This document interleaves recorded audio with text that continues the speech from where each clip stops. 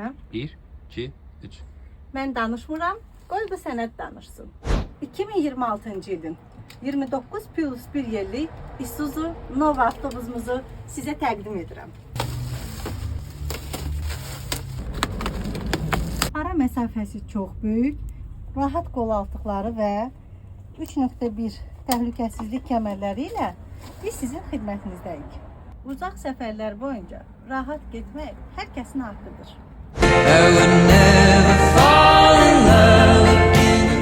Rahat sərin havada istədiyin rayona səfər edə bilərsən.